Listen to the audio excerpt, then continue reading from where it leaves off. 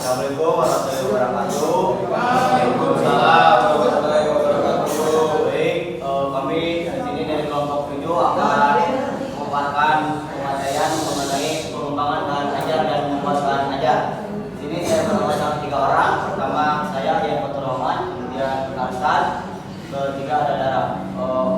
Lanjut saja, mungkin kita akan simak pematerian.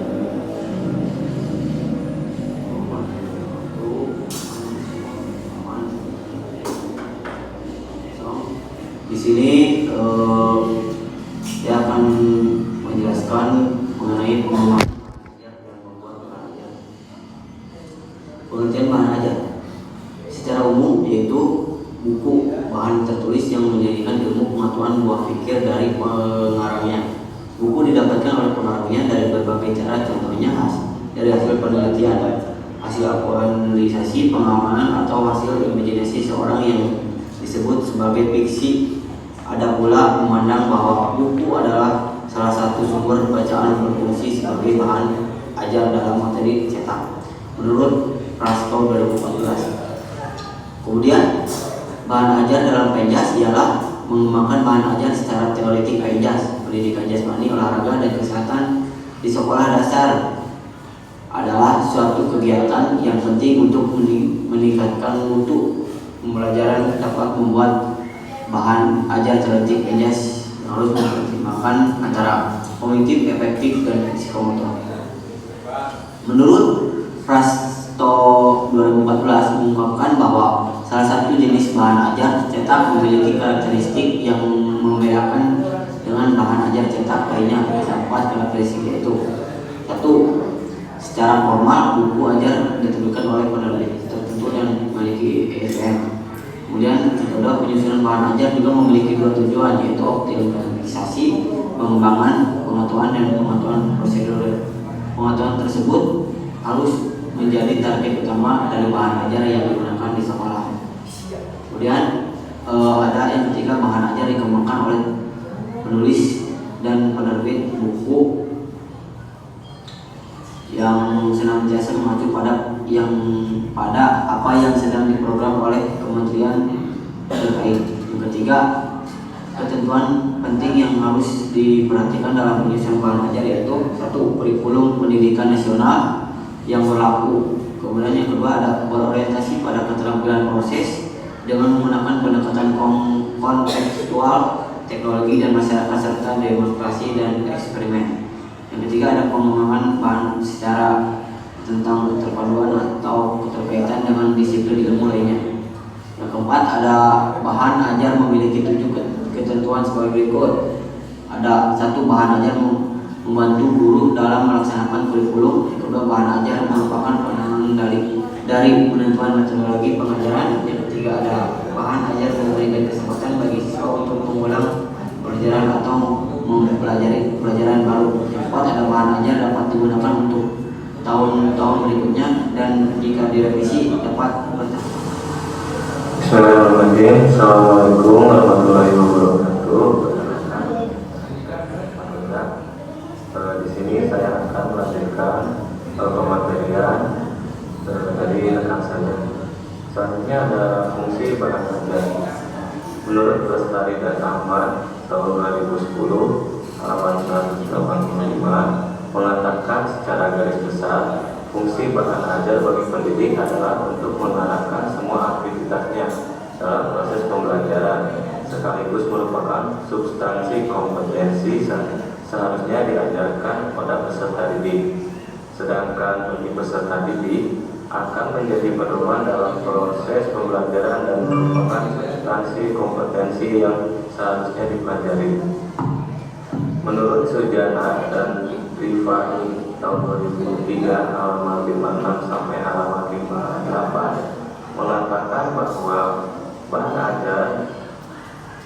bahan ajar juga berfungsi sebagai alat evaluasi pencapaian hasil pembelajaran sebagai berikut. Pertama, pedoman bagi guru yang akan mengarahkan semua aktivitasnya dalam proses pembelajaran, sekaligus merupakan substansi kompetensi yang seharusnya diajarkan atau dilatihkan kepada siswanya.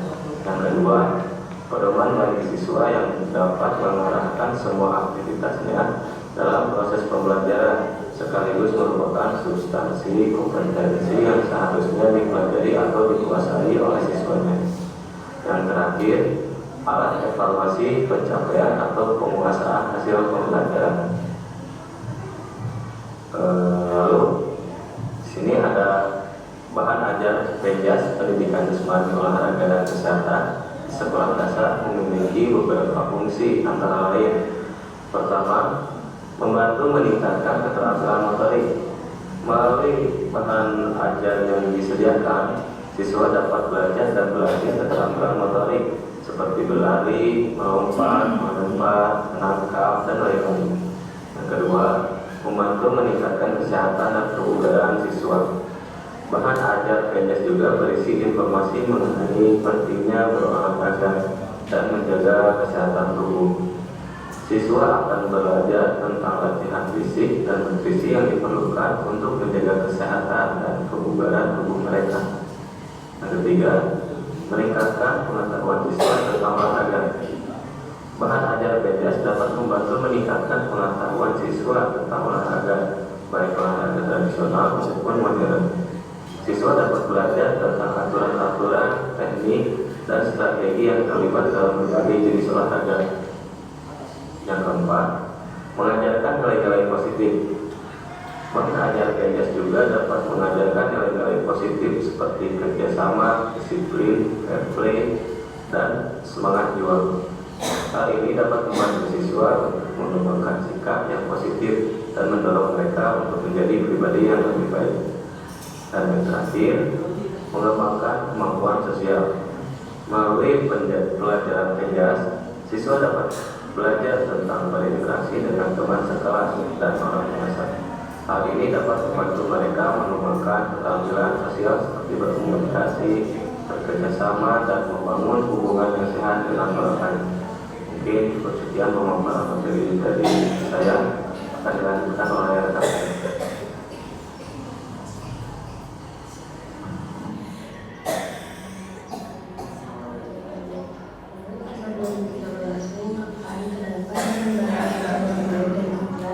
Sesuai dengan hati, langkah dan sistematis berorientasi pada siswa.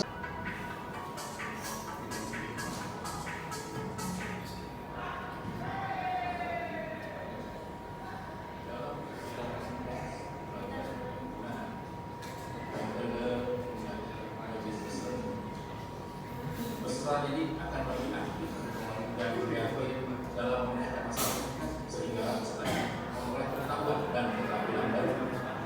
Selain itu, dapat melatih berkolaborasi atas kerjasama dalam kelompok komunitas antar siswa untuk mengorganisasi proyek. Sebagai kepala sekolah,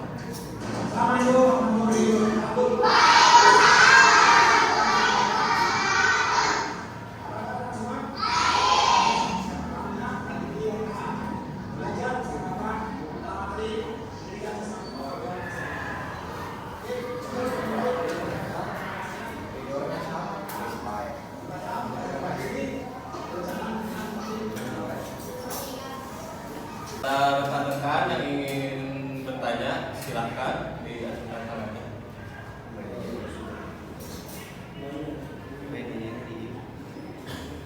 Baik, mungkin sekian presentasi dari kelompok kami. Kurang lebihnya mohon maaf.